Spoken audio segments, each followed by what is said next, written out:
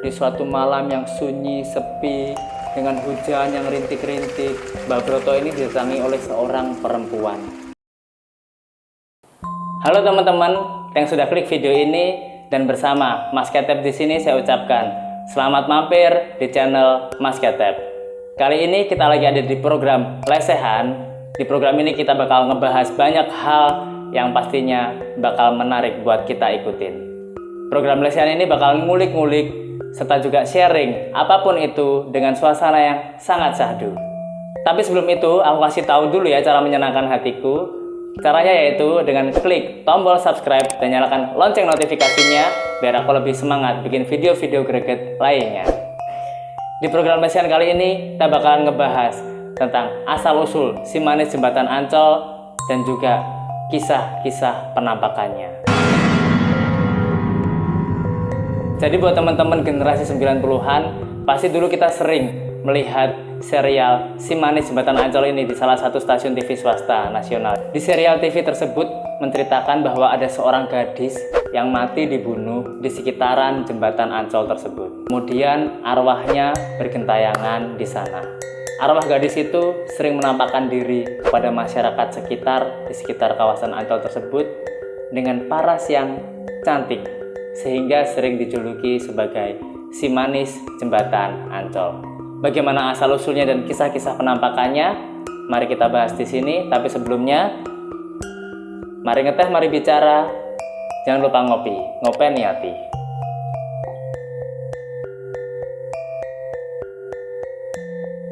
Jadi ada versi yang pertama ini menceritakan kalau ada seorang wanita bernama Maryam atau Siti Aryah yang tewas di sekitaran jembatan Ancol tersebut karena diperkosa secara bergiliran. Dan ketika para pelaku tersebut menyadari kalau Mbak Maryam ini sudah nggak bernyawa lagi, mereka membuang jasadnya di sekitaran jembatan Ancol tersebut. Karena Mbak Maryam ini meninggal secara tidak wajar, maka arwahnya dipercaya masih bergentayangan di sekitar jembatan Ancol dan mengganggu orang-orang di sekitar yang melewatinya. Untuk versi yang kedua ini agak sedikit berbeda dengan versi yang pertama. Versi yang kedua ini berlatar di sekitar abad ke-19 ketika Belanda masih menduduki Jakarta yang saat itu masih dikenal dengan sebutan Batavia. Saat itu ada gadis muda yang tinggal di paviliun rumah seorang juragan kaya.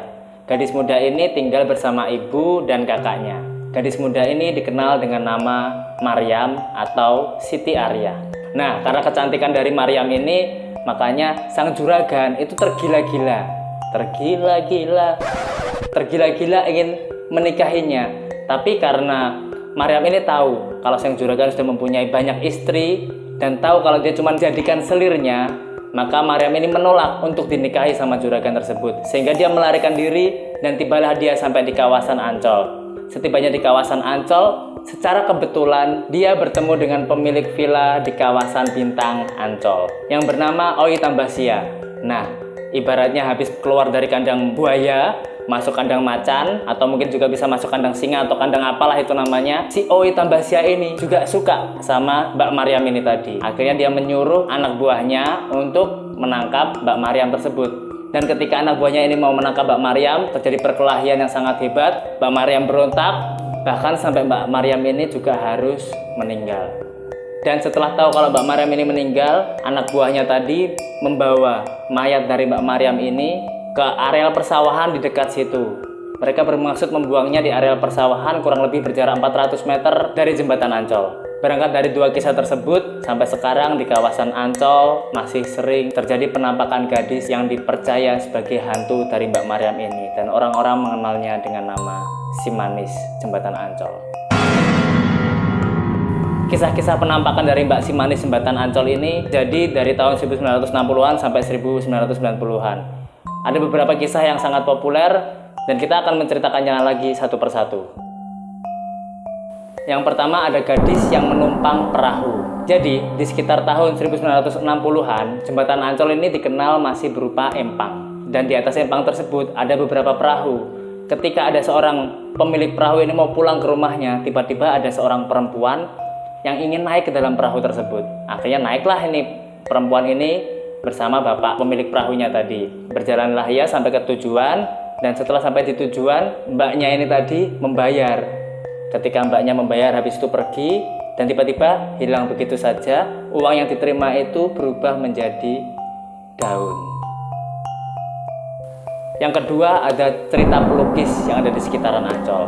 Jadi kisah ini bermula dari seorang pelukis yang ada di kawasan Ancol yang bernama Mbah Broto. Pada tahun 1985, di suatu malam yang sunyi, sepi, dengan hujan yang rintik-rintik, Mbah Broto ini didatangi oleh seorang perempuan yang mengatakan, "Mbah, saya mau dilukis." Dan ketika Mbah Broto melukis perempuan tersebut, baru jadi separuh. Terus Mbah Broto pergi ke kamar mandi, kemudian ingin melanjutkan lukisannya tadi, perempuan tadi sudah pergi.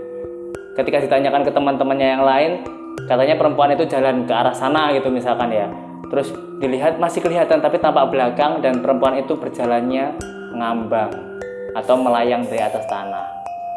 Sejak saat itu, Mbah Broto dan para pelukis yang lain yang ada di kawasan Ancol tersebut mempercayai bahwa orang yang ada di lukisan tadi itu adalah Mbak Maryam atau si manis jembatan Ancol. Penampakan yang ketiga adalah penampakan di dekat kios rokok. Kisah ini diceritakan oleh Bapak Ansori yang merupakan pemilik dari kios rokok ini. Kios rokok dari Bapak Ansori ini memang buka sampai jam 1 dini hari. Dan suatu malam dengan hujan yang rintik-rintik, tiba-tiba Bapak Ansori ini mendapatkan salam perkenalan dari Mbak Maryam. Tiba-tiba dari jarak kurang lebih 50 meter dari tempat Bapak Ansori berjualan rokok, ada seorang wanita datang menghampirinya dan ditanya, "Neng, mau beli apa, Neng?" Tapi tiba-tiba juga dalam satu kedipan mata, mbaknya tadi nggak ada. Dan Bapak Ansori menjelaskan bahwa mbaknya yang tadi itu, yang dijumpainya tadi, itu memiliki paras yang cantik dan mengenakan baju berwarna kuning dan rok abu-abu. Kayak anak SMA ya. Anak SMA bajunya putih ding. Sorry. Kisah penampakan yang terakhir yaitu penumpang ojek misterius. Bukan hanya Mbah Broto dan Bapak Ansori saja yang mendapatkan salam perkenalan, ini juga ada seorang tukang ojek yang bernama Bapak Yoto. Jadi kok tiba-tiba ambune wangi ya. Saat itu Bapak Yoto ini sedang mencari penumpang sampai pada pukul 5 pagi. Tiba-tiba ada seorang wanita yang menghampirinya dan ingin diantarkan ke sekitaran jembatan Ancol.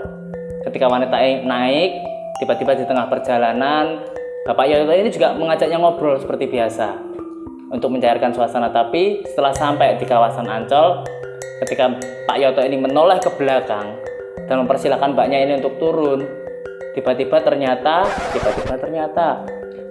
mbaknya sudah nggak ada. Mengetahui hal tersebut, Pak Yoto itu langsung kabur, melejit sebanter-banternya untuk meninggalkan kawasan tersebut. Dan cerita itu dilanjutkan dari mulut ke mulut sehingga menjadi cerita dari Mbak Si Manis Jembatan Ancol. Demikian tadi asal-usul dan kisah-kisah penampakan yang terjadi oleh Mbak Si Manis Jembatan Ancol. Buat kalian yang mau request di program Lesian ini, mau ngobrolin apa saja ataupun mau ngundang siapa saja, silahkan komen di bawah. Dan jangan lupa buat like video ini, komen, dan juga share video ini ke sebanyak-banyaknya teman kalian, sehingga teman kalian juga bisa menikmati pembahasan yang syahdu dari video ini. Habis ngeteh, pikiran terbuka, selesai ngopi, hati terobati. Terima kasih sudah menonton.